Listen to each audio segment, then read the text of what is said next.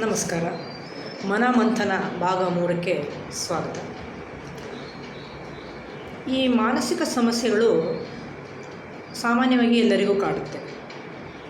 ಖಿನ್ನತೆ, ಉದ್ವೇಗ, ಒತ್ತಡ, ಒಂಟಿತನ, ಬೇಸರ, ಆತಂಕ, ಭಯ ಇವು ಎಲ್ಲರಿಗೂ ಸ್ವಲ್ಪ ಮಟ್ಟಿಗೆ ಕಾಡೋದು ಸಾಮಾನ್ಯ.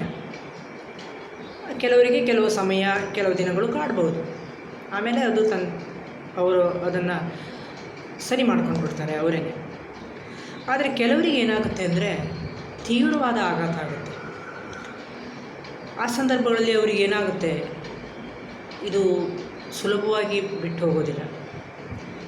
ಅದರ ವಿವಿಧ ರೀತಿಯ ಸಿಂಪ್ಟಮ್ಗಳು ಕಾಣಿಸ್ತಾ ಹೋಗುತ್ತೆ. ಅವರ ದಿನನಿತ್ಯ ಕೆಲಸಕ್ಕೆ ಅಡಚಣೆ ಉಂಟಾಗುತ್ತೆ. ಅವರಿಂದಾಗಿ ಮನೆ ಜನರಿಗೂ ತೊಂದರೆಗಳಾಗುತ್ತೆ. ಈ ಥರದ ಸಮಸ್ಯೆ ಆದಾಗ ಅವರಿಗೆ ಚಿಕಿತ್ಸೆ ಬೇಕು. ಚಿಕಿತ್ಸೆ ಪಡ್ಕೊಂಡ್ರೆ ಅವರು ಖಂಡಿತವಾಗಿ ಆರಾಮಾಗ್ತಾರೆ. ಆದರೆ ನಮ್ಮ ಜನ ಏನು ಮಾಡ್ತಾರೆ ಅಂದರೆ ಈ ಮಾನಸಿಕ ರೋಗವನ್ನು ತುಂಬ ನಿರ್ಲಕ್ಷಿಸ್ತಾರೆ.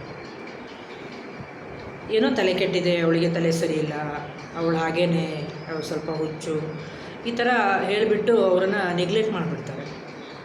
ಆದರೆ ಹಾಗೆ ಮಾಡಬಾರ್ದು. ಅವರನ್ನು ಮಾನಸಿಕ ಚಿಕಿತ್ಸಕರ ಬಳಿ ಕರ್ಕೊಂಡೋಗಿ ಅವರಿಗೆ ಸೂಕ್ತವಾದ ಚಿಕಿತ್ಸೆ ಒದಗಿಸಿದರೆ ಖಂಡಿತವಾಗಿಯೂ ಅವರು ಆರಾಮಾಗ್ತಾರೆ.